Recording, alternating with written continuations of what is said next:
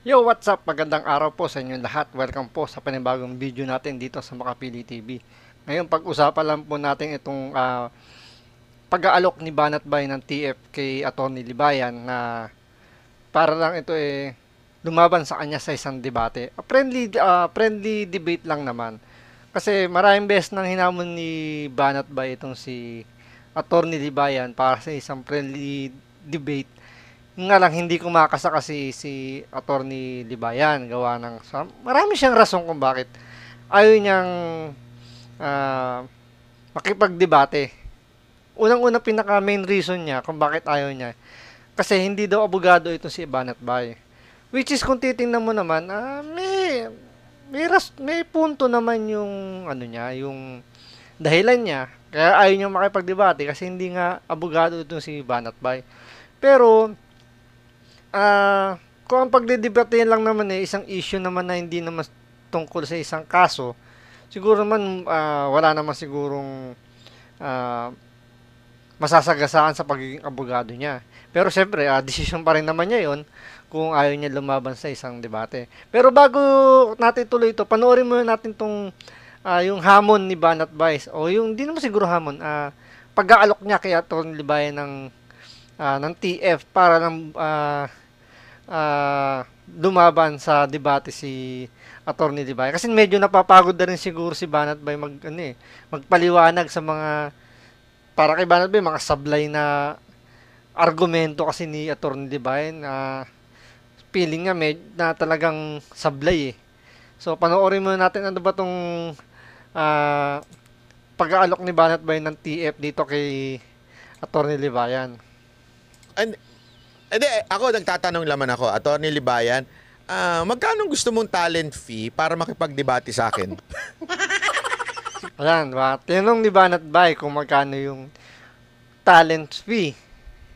Hindi naman siguro masamang magtanong lang.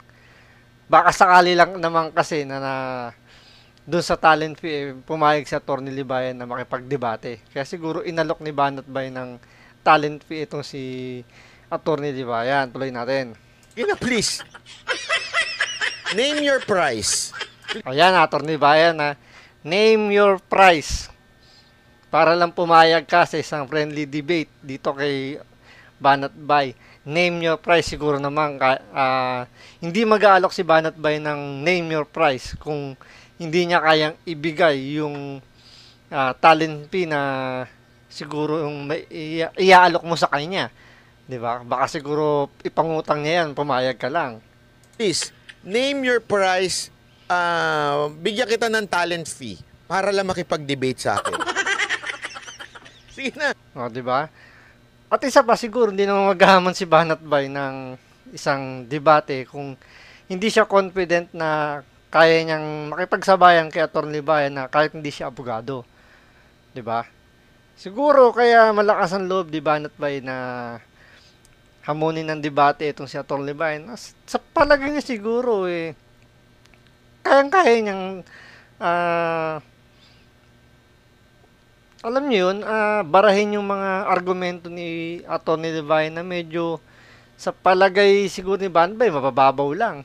Kaya siguro confident si Banat Bay na hamunin ng isang debate. Kahit na magbayad na siya ng talent fee, pumayag lang tong si Atty. Libayan. Para once and for all, matuldo ka na natin itong ginagawa mo. Siguro, mapapagod na si Banat Bay kapapaliwanag dun sa mga naniniwala kay Atty. Libayan na sa tingin niya binubudol lang din ni Atty. Libayan kasi talagang para kay Banat Bay, sablay talaga yung mga paliwanag ni Atty. Libayan eh.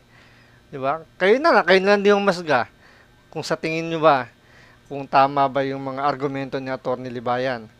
Kayo na lang makakapagsabi eh. 'Di ba? Ako hindi mo na magko-comment kasi maganda yung inaalok na debate ni Banat Bay para at least once and for all malaman natin sino ba talaga yung may mas tamang argumento.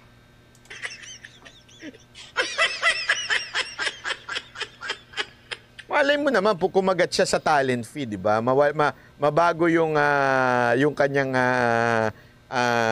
prinsipyo na hindi nakikipagdebate ang mga abogado sa mga ordinaryong mga tao kasi walang pananagutan. So, di ba? Yun kasi yung unang reason ni Atty. Libayan kaya ayaw niya lumaban ng isang friendly debate pag hindi abogado. Kasi nga daw, nawawala daw yung pananagutan. Hindi naman, siguro lang. Kaya ayaw ni Atty. Libayan, gawa nga ng abogado siya. Kasi kung sakaling matalo o tumablaman lang yung, kung ano man yung maging, resulta nung kanilang debate, siya pa rin yung pinaka-dehado. Siyempre, may pinangangalagaan siya, abogado siya, attorney. Pinag-aral siya. 'Di ba? Ilang taon yung pinag-aralan niya, nag-take siya ng bar exam. Tapos ang tatalo sa kanya hindi abogado. 'Di ba? Kaya siguro medyo nag-aalangan si Atty. Libayan na labanan ng hindi abogado. 'Di ba? Tuloy natin.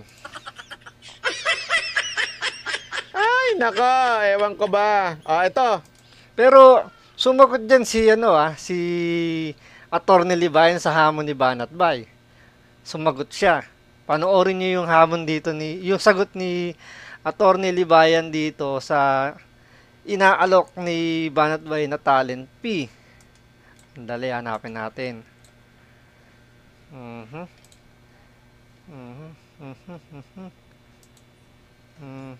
Wait lang.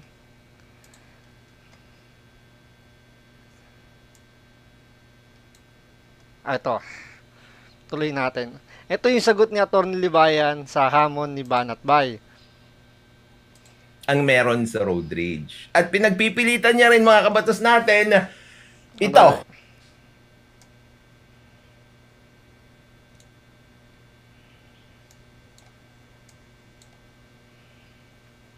Sa road rage bill na gusto pasa ng mga tulfo. Okay? Ngayon mga kabatos, ibayad mo sa tatay mo. Sa road rage bill na gusto pasa ng mga tulfo. Okay? Ngayon, mga kabatas natin, sabi ni Arnold Gascon, lalaban talaga yung Banat Bay basta may kasamang pera. Mukhang pera yan. Banat Bay, ito. Ito na. Ito yung sagot ni Atty. Libayan sa hamon ni Banat Bay. Makinig ka, Banat Bay. Para lang lumabang ka sa isang debate kay Atty. Libayan, makinig ka sa kondisyon niya. Ito, kung sino man tong Japanese character na ito. Dito sa post na yan, sino ang umiiyak? Ako ba o siya? Ito ang sagot ko kay Banat Bay. Diyan, okay? Banat Bay, yang TF na sinasabi mo, ibayad mo sa tatay mo. Ayan na. Banat Bay, yung TF daw na ibabayad mo kay Atty. Libayan, ibayad mo raw sa tatay mo. Bakit? Debate kami. Yung tatay mo ilalabanan niya sa debate. Go! Ibayad mo! Go daw, ibayad mo raw sa tatay mo. Sa tatay mo. Kunin mo yung serbisyo ng tatay mo, mag-debate kami. Kunin mo raw yung serbisyo ng tatay mo, Banat Bay, para yun ang makadebate ni Atty. Libayan. Fair ba? Kayo na magsabi kung fair ba yung hinihinging kondisyon ni Atty. Libayan. Kasi kung tatanungin nyo ako, kasi gusto niya makalaban is abogado. Yung tatay kasi ni Banat Bay is abogado. So, abogado sa abogado. Fair ba sa tingin ninyo kung kaagatin ni Banat Bay yung sagot ni Atty. Libayan na yung tatay ni Banat Bay ang lalabanan sa debate para abogado sa abogado? Di ba? Kayo na magsabi kung tama ba. Libre ako! Walang bayad, walang problema. Mag-debate kami ng tatay mo, bayaran mo yung tatay mo. Bayaran mo raw yung tatay mo, Banat Bay, lalaban siya ng debate, pero tatay mo kalaban nga lang niya, hindi ikaw. So, sa mga nanonood, tama ba yung argumento rito ni Atty. Libayan? Klaro! Very good. Let's go, balik tayo doon. So, yun. Ngayon, kayo humusga kung tama ba yung kondisyon ni Atty. Libayan para lumaban sa isang debate dito kay Atty. Libayan. Diba? Kayo na makakapagsabi niyan. So, abangan pa natin yung mga susunod na ah, development sa hamunan ni Atty. Libayan at ni Banat Bay. So, meron pa tayong lalabas na mga video. Abangan nyo lang po. Maraming salamat po.